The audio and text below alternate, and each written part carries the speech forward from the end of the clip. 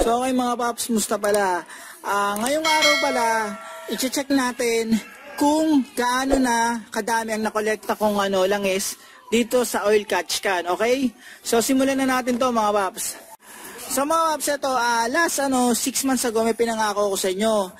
Ipapakita ko sa inyo kung gaano na karami yung nakolekta ko dito sa OCC, sa oil catch can. Kung di ako nagkakamali, within 6 months ang natakbo nito, 4,000 to 7,000 yung natakbo nito. So ang gagawin ko ngayon, ito, titingnan natin kung gaano na karami to at saka titingnan natin kung eto, pinasok ba talaga to ng langis. Hindi ko to nalinis dati pero titignan na rin natin, okay? Pakita ko na sa inyo to mga paps.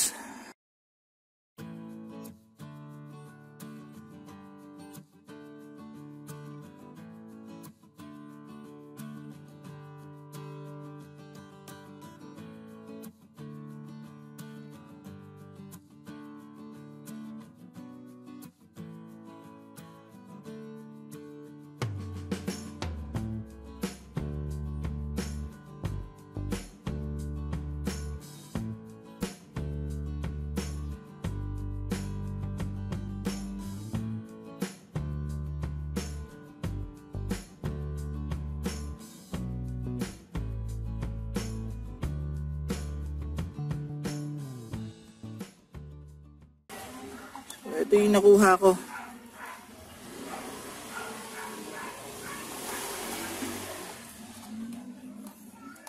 Yan.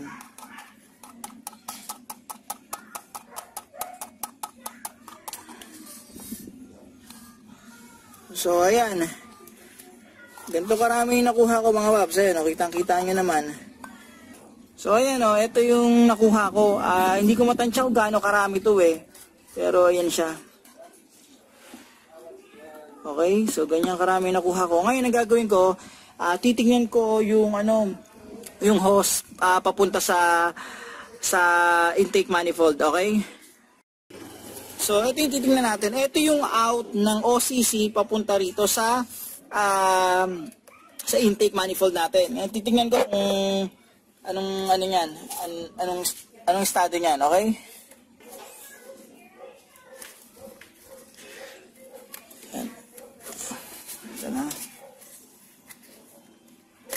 Yan. Meron dito sa hose, dito. Pero dito, wala na Yan. Wala, konti lang dito. May nakalusot. Yan. Yan may nakalusot. Natin.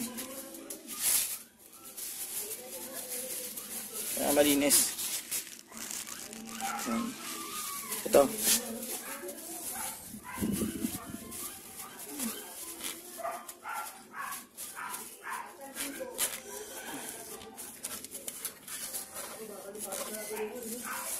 May nakalusot, konting-konti lang nakalusot dito. Yung iba, nandito, umano dito. Yung mga ibang nakalusot dito lumabas dito sa may hose. Yan, ito, tingnan niyo. Ito, wala akong masyadong nakuha dito, tingnan niyo. So, yan, konti lang. Okay? So, mga paps, ayan, binalik ko na yung OCC. So, kung napansin nyo, binalik ko, ibig sabihin nun, hahayaan ko lang to nakalagay dyan.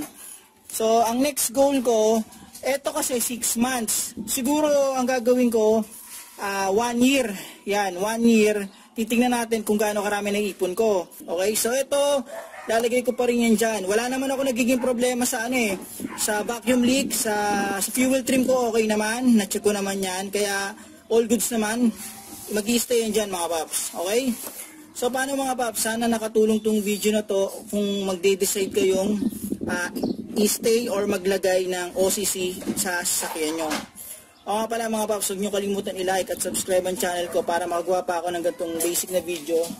Huwag nyo rin kalimutan i-hit ang notification bell para updated kayo sa video na ginagawa ko. Mga paps, maraming salamat sa inyo.